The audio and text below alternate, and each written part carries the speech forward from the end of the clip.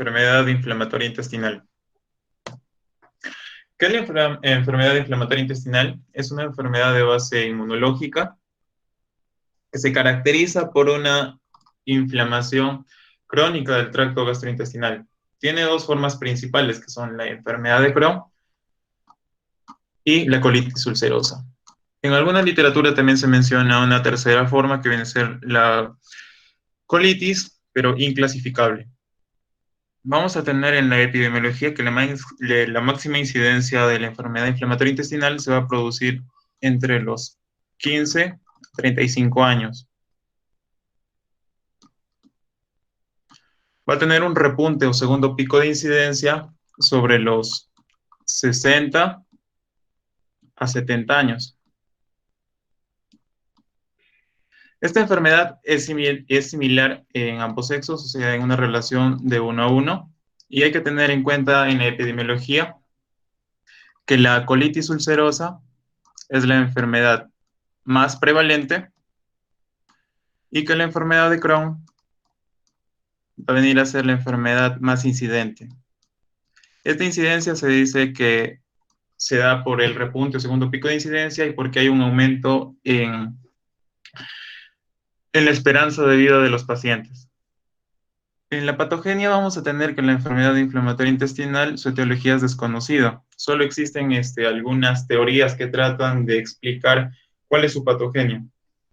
Una de ellas, y la más reconocida, es la que esta enfermedad inflamatoria intestinal es debida a un conjunto o a un conglomerado de factores, que son los factores genéticos, autoinmunitarios, ambientales e infecciosos. Cualquiera de estos 4 factores va a poder iniciar el proceso inflamatorio, debido a que hay una alteración del sistema inmunitario, lo que va a provocar que se mantenga y prolifere esta inflamación. Vamos a tener dentro de los factores genéticos algunas características. Por ejemplo, vamos a tener la existencia de un familiar de primer grado que tenga esta enfermedad. Vamos a tener también a las razas. Hay una mayor prevalencia principalmente en blancos y judíos. Vamos a tener también que la enfermedad de Crohn está asociada a un cromosoma que viene a ser el cromosoma 16, específicamente a una mutación que viene a ser la mutación del gen NOT2. NOT2. Ya. Dentro de los factores autoinmunitarios, vamos a tener que la enfermedad inflamatoria intestinal se encuentra asociada a una ausencia de una inmunoglobulina, que viene a ser la inmunoglobulina A. También se van a presentar anticuerpos. Se han identificado anticuerpos, por ejemplo, en la colitis ulcerosa, que vienen a ser los anticuerpos los anticuerpos anticitoplasma de los neutrófilos, que son los ANCA, pero de tipo perinuclear o periférico, que son los PANCA. Mientras que en la enfermedad de Crohn,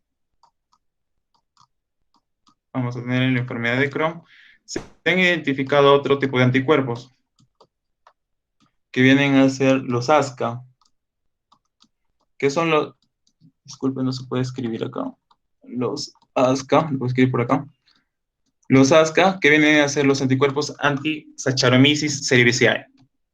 Eso hay que tener en cuenta, ¿ya? Dentro de los factores ambientales, la mayor proporción de los casos se van a encontrar en la zona urbana, y vamos a tener en cuenta al tabaco. El tabaco es un factor ya sea protector o un factor desencadenante. Va a actuar como un factor protector en la colitis ulcerosa y va a actuar como un factor desencadenante en la enfermedad de Crohn. Dentro de los factores infecciosos, vamos a tener que todavía no se ha identificado ningún microorganismo responsable de la patología. pero por lo general se dice que se debe a una reacción inflamatoria y anormal sobre la propia flora bacteriana intestinal normal. Vamos a tener en anatomía patológica algunas diferencias entre estas dos enfermedades. Vamos a tener en el primer cuadro diferencias anatomopatológicas y en el segundo cuadro vamos a ver diferencias macroscópicas halladas en endoscopías. Vamos a tener entonces que la inflamación en la colitis ulcerosa solo va a afectar a la mucosa, excepto en una de sus complicaciones, que ya veremos más adelante, que es el megacolon tóxico, que va a afectar a todas las capas, o sea que va a ser transmural. Mientras que en la enfermedad de Crohn, esta inflamación va a ser transmural. ¿Qué significa transmural? Que afecta a todas las capas, ya sea la mucosa, la submucosa, la muscular y la serosa. Los abscesos crípticos, principalmente asociados a neutrófilos o polimorfonucleares, son muy frecuentes en la colitis ulcerosa y casi son raros o inexistentes en la enfermedad de Crohn. Los granulomas calcificantes no se presentan en la colitis ulcerosa y son patognomónicos en la enfermedad de Crohn. Eso hay que acordarnos. La fibrosis va a ser en menor medida en la colitis ulcerosa y en la enfermedad de Crohn va a ser en mayor medida. Esto va a resultar en una estenosis, que ya veremos más adelante, y en una obstrucción intestinal.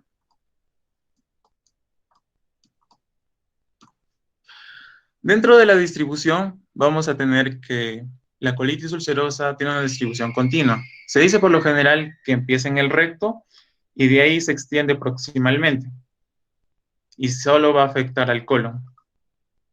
O sea, en total afectaría colon y recto. Se habla de una proctitis cuando hay una afectación solo del recto, que viene a ser del 25%. Se habla de una colitis izquierda cuando esta inflamación llega hasta el ángulo esplénico y se afecta en un 45%. Y una colitis extensa o pancolitis cuando esta afectación rebasa este ángulo esplénico y se produce en el 15%. La distribución en la enfermedad de Crohn va a ser una distribución discontinua en zonas afectadas y zonas respetadas, como podemos ver en esta imagen. Una zona que va a estar afectada, una zona normal, una zona afectada, una zona, por ejemplo, en la parte del ciego, de la parte del ilion terminal también, en el ángulo esplénico. Y la más frecuente va a ser una ubicación ileocólica que se produce en el 40% de los casos, una afectación de la zona ilial en el 30%, una afectación en la zona colónica en el 30% y gastrointestinal alta en el 5%. Hay que tener en cuenta que esta enfermedad de Crohn va a afectar cualquier tramo del tracto gastrointestinal, desde la boca hasta el ano, cualquier parte. El recto está afectado en la colitis ulcerosa en un 100% de los casos. Esto hay que tener en cuenta. Recto, colitis ulcerosa, 100%. En cambio, en la enfermedad de Crohn hay un respeto del 50% del recto. El ilion terminal, como ya se menciona acá, no se va a encontrar afectado en la colitis ulcerosa, salvo en una ileitis por reflujo. En cambio, en la enfermedad de Crohn, el ilion terminal va a estar afectado en un 75% y de forma solo aislada en un 30%. La mucosa en la colitis ulcerosa va a ser granular, eritematosa, friable, es decir, que al mínimo roce va a sangrar, por eso se producen hemorragias espontáneas. Y la mucosa en la enfermedad de Crohn va a presentar pequeñas úlceras lineales o serpiginosas sobre una mucosa normal. Tiene un patrón que es el de empedrado o de parcheado, también se le conoce. Y va a presentar fisuras como una de sus complicaciones. La serosa, como ya mencioné, la colitis ulcerosa solo va a afectar a la mucosa, entonces la serosa se va a encontrar normal. En cambio, la serosa en la enfermedad de Crohn, al ser una inflamación transmural, también se va a encontrar afectada. Las estenosis fibrosas, ya les mencioné sobre las fibrosis, en la colitis ulcerosa va a ser muy raras, en cambio en la enfermedad de Crohn son muy frecuentes. Tenemos las fístulas espontáneas que no se presentan casi nunca en la colitis ulcerosa, mientras que en la enfermedad de Crohn las fístulas son más frecuentes y son principalmente enterocutáneas o internas en un 10%. Los pseudopólipos van a ser frecuentes y son típicos de la colitis ulcerosa. Hay que tener en cuenta esto. En cambio, los pseudopólipos en la enfermedad de Crohn casi nunca se presentan. El riesgo de cáncer de colon en la colitis ulcerosa es discretamente elevado y en la enfermedad de Crohn tiene un menor riesgo que la colitis. Y por último, vamos a tener la enfermedad perianal, que va a ser principalmente afectada en la enfermedad de Crohn en un 75%, mientras que en un 10% en la colitis ulcerosa. Para hablar sobre la clínica, hay que hablar sobre brotes, debido a que tanto la colitis ulcerosa como la enfermedad de Crohn van a cursar en forma de brotes. Vamos a tener en estos dos periodos, un periodo que se va a producir durante los brotes y otro periodo que se va a producir entre brotes. Durante los brotes vamos a presentar una inflamación aguda y el paciente se va a encontrar sintomático. El paciente va a tener síntomas. Y entre los brotes, esta inflamación remite. Y el paciente se va a encontrar asintomático o tiene síntomas leves, ¿ya? Síntomas leves.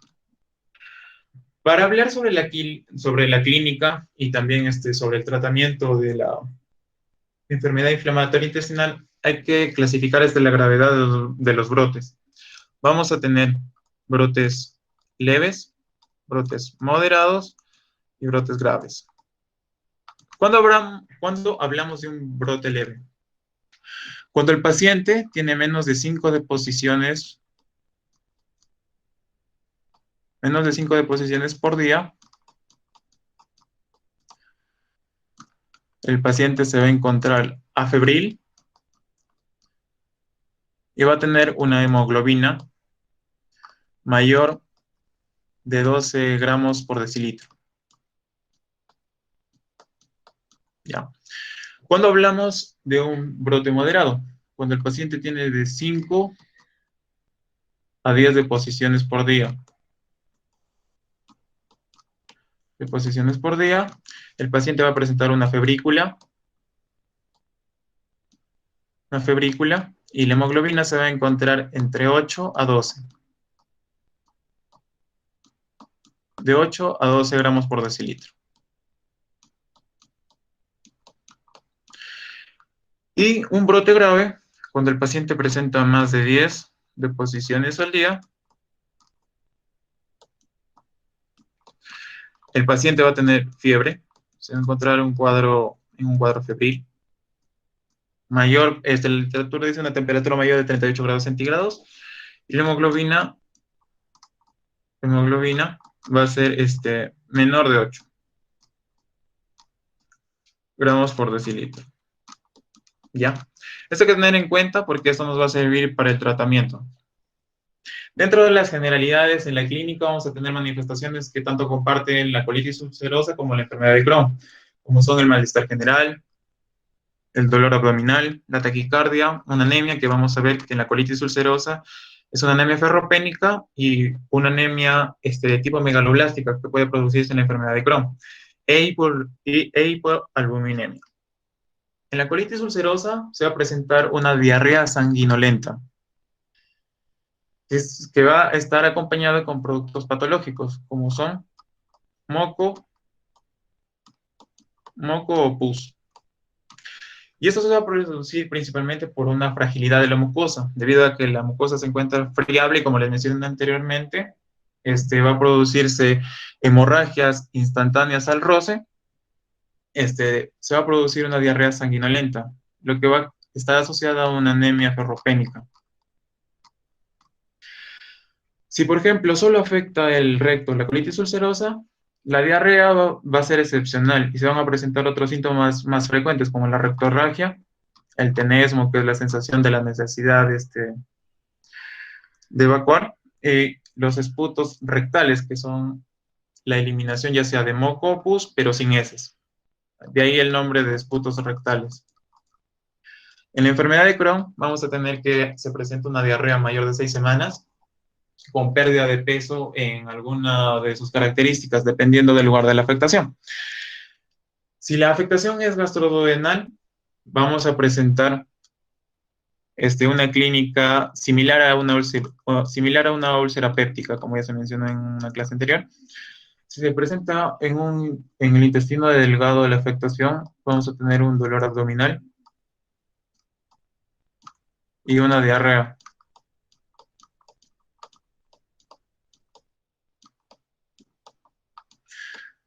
También se asocia a una pérdida de peso, principalmente por un síndrome de malabsorción, y además también se asocia a una anemia megaloblástica, debido a que hay una afectación del intestino delgado, va a haber una afectación a la zona principalmente donde se absorbe la vitamina B12.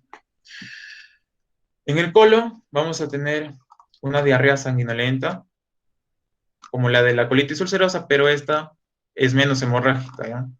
Es menos hemorrágica. Y también vamos a presentar el dolor abdominal. En el caso ilial vamos a presentar un dolor en la fosa ilíaca derecha y la presencia de una masa en esta zona. Acuérdense de esta zona, por favor, de la enfermedad de Crohn, porque es la más afectada en esta enfermedad. Y este es un patrón que se cumple en casi la mayoría de pacientes. Un dolor en la fosa ilíaca derecha y la presencia de una masa. Y debido a la afectación transmural, como ya les mencioné, hay una mayor fibrosis en la enfermedad de Crohn, se va a producir una estenosis que va a producir una obstrucción intestinal, las masas o plastrones inflamatorios y fístulas enteroentéricas, que veremos más adelante. En la enfermedad de Crohn, también debemos mencionar a la enfermedad perianal, que se produce en un 30% de los pacientes que presentan la enfermedad de Crohn. Y se va a caracterizar porque presenta fístulas, presenta una fisura y también va a presentar abscesos. Acá le pongo abscesos. Abscesos. ¿Cuál es el gol estándar para la identificación o el diagnóstico de esta enfermedad perianal? Es la exploración perianal bajo anestesia por un personal especializado. Para el diagnóstico, vamos a tener que se necesita la confluencia de datos clínicos, de laboratorios, radiológicos, endoscópicos, microscópicos, de anatomopatológicos también. Y vamos a tener que, por lo general, se utiliza en una colitis ulcerosa para su diagnóstico una colonoscopia completa. En una enfermedad de Crohn, una colonoscopia completa con ileoscopía, debido a que esta es la zona, el ilio terminal es la zona donde por lo general se afecta esta enfermedad de Crohn. En la enfermedad perianal tenemos que utilizar una resonancia magnética pélvica. El método de elección para el diagnóstico, ya sea de una enfermedad de Crohn y una colitis ulcerosa, viene a ser la sigmoidoscopía flexible con toma de biopsia. Aunque no se utiliza mucho y se prefiere una colonoscopía.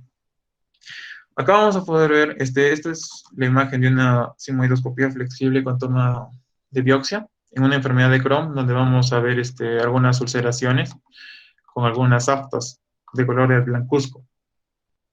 También se va a utilizar la cápsula endoscópica y la resonancia vía su radiografía, debido a que la resonancia se ha demostrado que tiene una mayor sensibilidad y especificidad de la radiografía, pero en nuestro ámbito solo se utiliza la radiografía, principalmente para determinar el tránsito intestinal, ¿no? Vamos a tener en los estudios varitados el tránsito intestinal y el enema opaco. En esto vamos a presentar, por ejemplo, en la imagen en la inferior izquierda, en la colitis ulcerosa se va a presentar en un enema opaco un patrón que es conocido como botón de camisa. No sé si pueden ver en la imagen. Y en la imagen radiológica se va a presentar de esta forma, como botones de camisa. Bueno, es el patrón radiológico que menciona la literatura. Y vamos a tener en un tránsito intestinal, en una enfermedad de Crohn, la presencia, como vemos acá donde está señalando las flechas, de una estenosis o una obstrucción intestinal en la zona del ilion terminal, en una enfermedad de Crohn.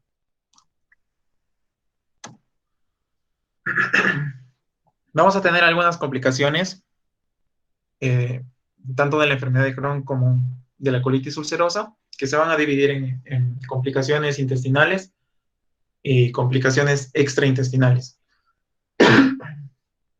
Vamos a tener dentro de las complicaciones intestinales al megacolon tóxico. El megacolon tóxico se va a producir en el 5% de los pacientes que tengan una enfermedad inflamatoria intestinal con afectación del colon. Este megacolon tóxico es la complicación más típica de la colitis ulcerosa. Esa es la complicación intestinal más típica de la colitis ulcerosa. ¿Qué viene a ser el megacolon tóxico? El megacolon tóxico viene a ser una dilatación aguda del colon que puede llegar a una perforación. La clínica que va a presentar el paciente en un megacolon tóxico va a ser dolor y distensión abdominal, fiebre, taquicardia, disminución de los ruidos hidroaéreos y deshidratación. ¿Cuáles son los factores desencadenantes de un megacolon tóxico? Principalmente vamos a tener un brote grave. En un brote grave, por lo general, es un desencadenante para que un paciente se complique y vaya a un megacolon tóxico. Una colonoscopía, estudios varitados como el enema opaco, el tránsito intestinal, una hipopotasemia. Vamos a tener también, y por último también fármacos que van a disminuir el tránsito intestinal, como son los opiáceos. ¿Cómo se realiza el diagnóstico? El diagnóstico se va a realizar mediante una radiografía, donde se va a presenciar una dilatación mayor de 6 centímetros del colon transverso. Y el tratamiento, vamos a utilizar una fluidoterapia intravenosa, eso es de primera elección, asociado a una antibiótico-terapia, principalmente con ciprofloxacino y metronidazol, y glucocorticoides intravenosos. Si es que no hay respuesta, vamos a utilizar una terapia biológica con infliximab, que es un antagonista del factor de necrosis tumoral. Y si no hay respuesta dentro de las 24 a 48 horas, se va a realizar una colostomía, disculpen, una colostomía total urgente, que vendría a ser el tratamiento quirúrgico. El riesgo de tumores, vamos a tener que va a haber un riesgo elevado en aquellos pacientes que tengan una enfermedad extensa, que sea de larga duración, que se encuentre asociado a una colangitis esclerosante primaria, o que tengan algún antecedente familiar de algún, de algún familiar de primer grado que haya tenido cáncer colorectal, ¿ya? Si el paciente presenta colitis ulcerosa, es una colangitis esclerosante primaria, se debe hacer una colonoscopia inmediata y repetir esta colonoscopia anualmente. Se ha demostrado que los aminosalicilatos, como la sulfasalacina, ayudan a prevenir la aparición del cáncer colorectal, debido a que tienen un efecto antiinflamatorio y evitan o reducen la evolución de una displasia a un carcinoma. ¿Cuándo se indica la colonoscopia? Bueno, eso depende del riesgo, ¿no?, del paciente. Por ejemplo, en un paciente que tiene afectación extensa del colon, una inflamación grave, antecedente de cáncer colorectal en un familiar de primer grado que sea menor de 50 años, en una colangitis esclerosante primaria, una estenosis o displasia 5 años previos, la colonoscopia va a ser anual. En un paciente que presente riesgo medio, que tenga una afectación macroscópica extensa de colon, inflamación microscópica, pero que sea leve o moderada, en presencia de pseudopólipos inflamatorios y antecedentes de un cáncer colorectal en un familiar de primer grado mayor de 50 años, recuerden que acá es menor, ya que es mayor de 50 años, esta colonoscopia va a ser cada 2 a 3 años. Y el resto, por ejemplo, otras complicaciones y eso, cada 5 años una colonoscopia porque es un riesgo bajo. ¿Qué son las fístulas? Bueno, las fístulas son otras complicaciones y vienen a ser comunicaciones entre zonas del intestino que se encuentran inflamadas y otros órganos. Y se produce principalmente porque hay una extensión transmural de esta inflamación. Y vamos a tener dos tipos de fístulas, enteroentéricas y enterocutáneas, que son las que van a formar la enfermedad perianal, como ya les dije, con fístulas, con fisuras y abscesos propias de la enfermedad de Crohn. Acuérdense eso. Vamos a tener otras complicaciones que son las extraintestinales, que se presentan en el 35% de los pacientes.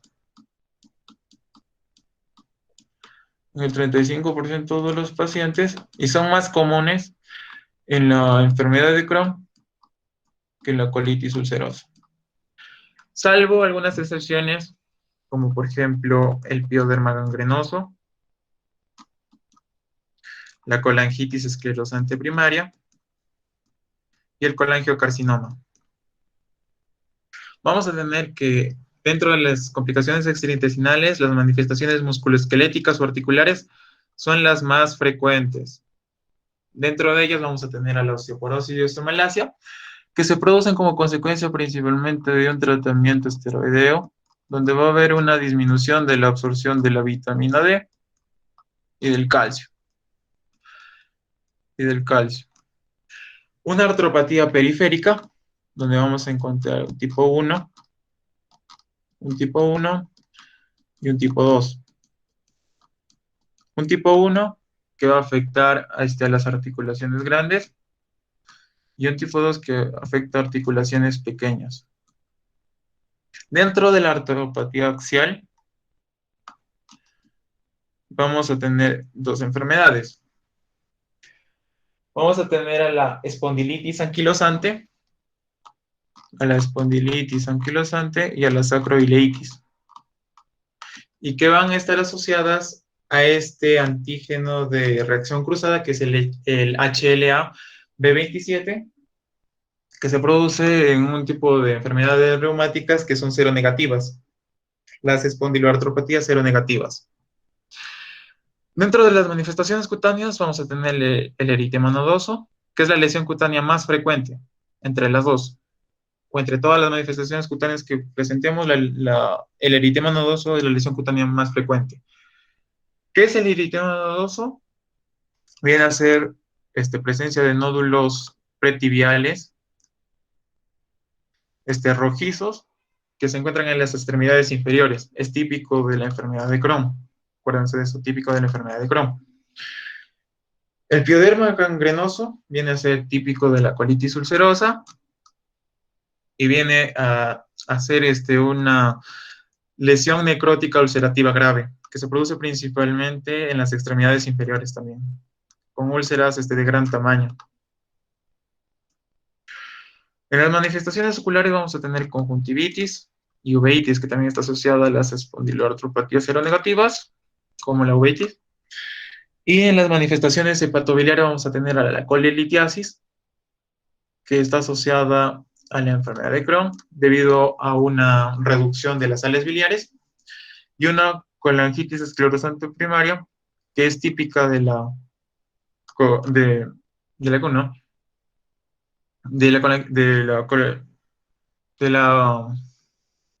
ulcerosa. Dentro de las manifestaciones renales vamos a tener la nefrolitiasis renal con cristales de oxalato de calcio principalmente. Cristales de oxalato de calcio. ¿Hasta ahí se ha entendido? O no sé si necesitan un cuadro para resumir todo lo que hemos visto hasta ahora. No sé si podrían opinar. Feli, Dime. Una consulta. ¿Hablaste del cigarro como factor predisponente y como factor protector? ¿O me Sí, equivoco? sí, ¿Protector para qué era? para la colitis ulcerosa. Ah, ya. Queda, doctor. ¿Tienen alguna otra duda? Si no, podría presentar un cuadro donde está todo lo que he mencionado hasta ahora. Haz el cuadro, Feli, haz el cuadro. Ya, lo voy a presentar ya. Ahí está. Esa voz del tipo. Vamos a tener entonces en la epidemiología la colitis ulcerosa, como le mencioné, más prevalente. La enfermedad de Crohn viene a ser la más incidente. El factor de riesgo, colitis ulcerosa, factor protector. En la enfermedad de Crohn viene a ser el tabaco, factor desencadenante. Autoanti- Autoanticuerpos, como les mencioné, vamos a presentar en la colitis ulcerosa los anticuerpos anticitoplasma de los neutrófilos, pero de tipo periférico o perinuclear, que vienen a ser los PEANCA. Y en la enfermedad de Crohn, los anticuerpos van a ser los anticuerpos anti-Saccharomyces cerevisiae. En la localización, vamos a tener que, como les mencioné, la colitis ulcerosa, esta va a empezar en el recto y se va a extender proximalmente. Y solo va a afectar al colon. O sea, colon y recto se ven afectos en la colitis ulcerosa. En cambio, en la enfermedad de Crohn, el recto se va a afectar en un 50% nada más y afecta cualquier tramo del tracto gastrointestinal, ¿no? Sobre todo el hilio terminal o la zona ileocólica. Y hay que recordar también la enfermedad perianal. En la macroscopía vamos a encontrar que la colitis ulcerosa es continua, como les mencioné. Va a haber una mucosa granular con úlceras superficiales y pseudopólipos. Va a haber friabilidad, si se acuerdan que les dije que en la colitis ulcerosa se va a presentar una diarrea sanguinolenta. Eso se produce por la friabilidad, porque al mínimo roce hay un sangrado de estas úlceras. En la enfermedad de Crohn, va a ser segmentaria. Va a haber una mucosa en empedrado, como les mencioné, y las úlceras van a ser más profundas. Se van a presentar fístulas, fisuras y estenosis. En la microscopía, como les mencioné, colitis ulcerosa solo va a afectar mucosa, mientras que la enfermedad de Crohn va a ser transmural, o sea, va a afectar mucosa, submucosa, la muscular y la serosa. Va a haber accesos crípticos, que son patognomónicos de colitis ulcerosa, y los granulomas no caseificantes, que son patognomónicos de enfermedad de Crohn.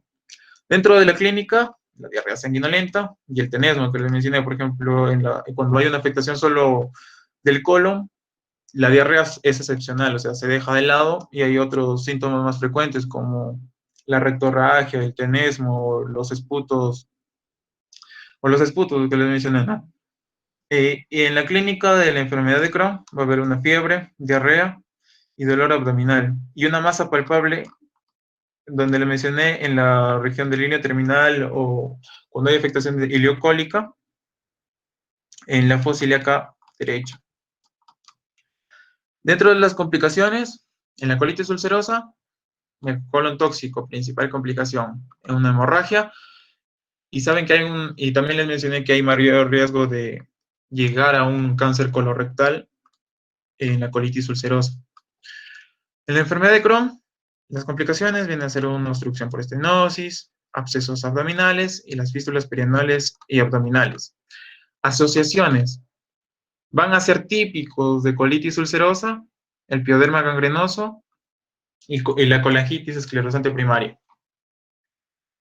En la enfermedad de Crohn, las asociaciones el eritema nodoso, las aftas y los cálculos de oxalato que les mencioné en la nefrolitiasis o litiasis. ¿Ya? Eso sería el resumen todo hasta donde hemos llegado. Para hablar sobre el tratamiento de colitis ulcerosa, vamos a tener dos tipos de tratamiento. Un tratamiento para los brotes y un tratamiento de mantenimiento. En el tratamiento de los brotes, ya sea leve o moderado, vamos a utilizar los aminosalicilatos tópicos y si es que es necesario, orales. Se va a utilizar también el dipropionato de beclometasona, que viene a ser un esteroideo, pero tópico. Acuérdense, En un brote leve o moderado, solo aminosalicilatos, y si utilizamos esteroideos, que sean tópicos. En un brote grave vamos a utilizar los aminosalicilatos más glucocorticoides. Pero estos glucocorticoides ya no van a ser tópicos, sino que van a ser glucocorticoides sistémicos, como viene a ser la prednisona. 1 miligramo por kilogramo por día. Por día.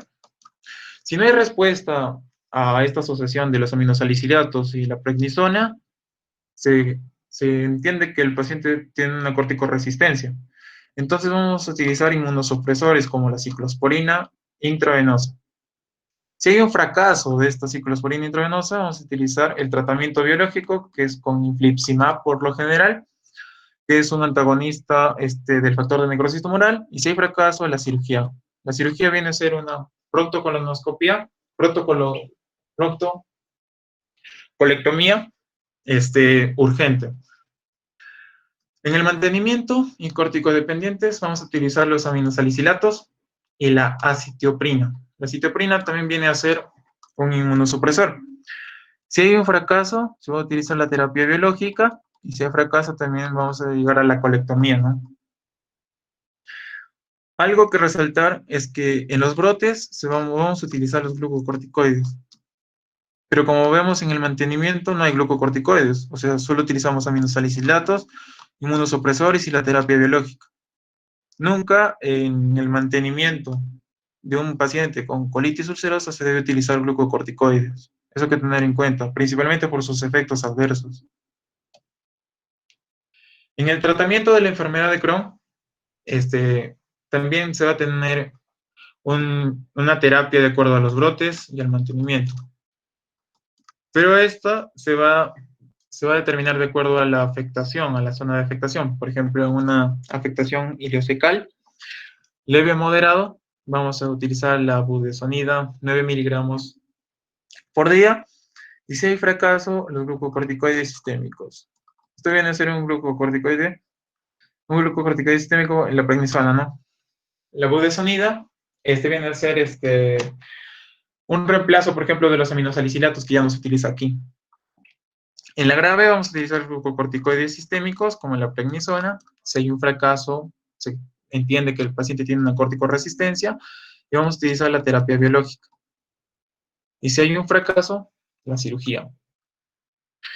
En el colon, si es que hay un brote leve, se utilizan los aminosalicilatos como la sulfasalacina. Y en el colon, si hay un brote moderado o grave, los glucocorticoides sistémicos. Y si hay un fracaso, una corticoresistencia, la terapia biológica, que llega a la cirugía. En una afectación alta, se va a utilizar un inhibidor de la bomba de protones, principalmente el omeprazol, más glucocorticoide, que viene a ser la prednisona. Si hay un fracaso, se utiliza la terapia biológica. Y si hay un fracaso de esa terapia biológica, la cirugía. Hay que tener en cuenta que la cirugía aquí es conservadora, debido a que en la enfermedad de Crohn, como les mencioné, va a afectar cualquier tramo del tracto gastrointestinal y además es segmentaria, ¿no? Puede haber una afectación, por ejemplo, a nivel del estómago, a nivel esofágico, a nivel del intestino delgado o a nivel colónico, rectal. ¿Y cómo entonces tendríamos que hacer, o cuál sería la mejor medida quirúrgica? Esto va a depender principalmente de cuál zona sea más afectada y cuál zona tenga un mayor pronóstico de letalidad. En el mantenimiento y corticodependiente vamos a utilizar los aminosalicilatos más la acetioprina metrotexato, que vienen a ser los inmunosupresores. Si hay un fracaso de estos inmunosupresores, la terapia biológica y si hay un fracaso, la cirugía, que debe ser por lo general conservadora. Bueno, y algunas preguntas. Paciente varón de 50 años de edad, quien acude por presentar estreñimiento, dolor abdominal. Al examen se palpa una masa en fosa ilíaca derecha que se corrobora con imagen tomográfica. Se realiza la biopsia y arroja granulomas no calcificantes. ¿Cuál sería el diagnóstico? Cáncer epidermoide, tuberculosis intestinal, cáncer adenocarcinoma, enfermedad de Crohn, carcinoide. La D. Crohn, ¿Ah? Crohn, Crohn. No, Claro, ¿no? Patognomónico, granulomas no caseificantes y la masa, ¿no? Que se presenta en la afectación ileal. En Y un si te paciente de dijeran, 28 años, granulomas caseificantes, que sí son caseificantes, ¿en qué es? ¿cómo? Si fueran caseificantes sería de tuberculosis. tuberculosis, Ah, pero Ajá, no sé. ya. En un paciente de 28 años con una colitis ulcerosa intensamente activa que no responde a 7 días de corticoides por vía endovenosa y que no presenta signos de peritonismo, ¿cuál de las siguientes aseveraciones es cierta? La colectomía inmediata es el único tratamiento eficaz. La ciclosporina intravenosa puede inducir a una remisión y evitar una colectomía. La colostomía de descompresión es con frecuencia segura y eficaz. La azatoprina por vía oral puede inducir a remisión precoz y evitar la colectomía. ¿Cuál creen, muchachos?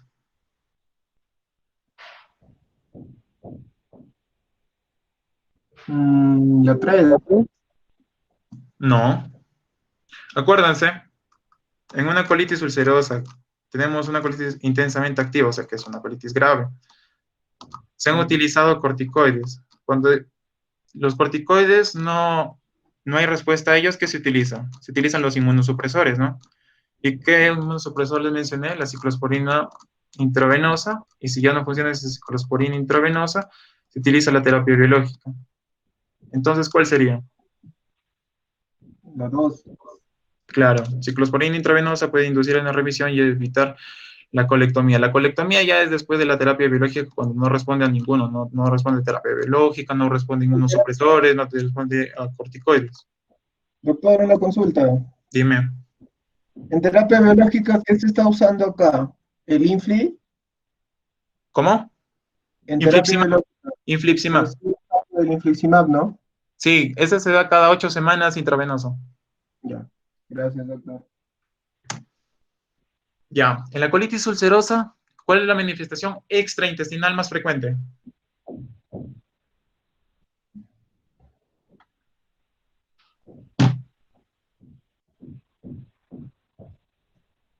Artropatía, uveitis, colangitis esclerosante primaria, eritema nodoso, pioderma gangrenoso. Artropatía, creo.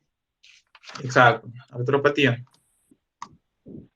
No se vayan a confundir, porque, por ejemplo, si te dijeran cuál es la manifestación típica de colitis ulcerosa extraintestinal, podría ser cualquiera de estos dos, ¿no? Pioderma gangrenoso o colangitis esclerosante primaria, pero cuando dice manifestación extraintestinal más frecuente, no típica, la artropatía, ¿ya? No típico. ¿Cómo? Está bien, no típico. Ya. La zona del intestino que se afecta con más frecuencia en la enfermedad de Crohn es recto, colon derecho, duodeno, yeyuno, ilio terminal. enano. Exacto, el Ilio, ilio milio, terminal. terminal. No sé, 40%, acuérdense. La región ilial, el 30% y la región colónica 30%, y una zona afecta que sea gastrointestinal alta, el 5%. En relación a la colitis ulcerosa, todas son correctas, excepto la mucosis de aspecto granular con úlceras y pseudopólipos. Su complicación es megacolon tóxico. Las lesiones siempre son transmurales. Esa es. Pues. Suelen Esa es, asociarse vea. con la colitis esclerosante primaria. ¿Cuáles, muchachos? Casita, casita. Claro, ¿no? Las lesiones no son transmurales, sino que la lesión solo afectan a la mucosa. Transmurales solo son en megacolon tóxico y en la enfermedad de Crohn. Bueno, eso sería todo, muchachos.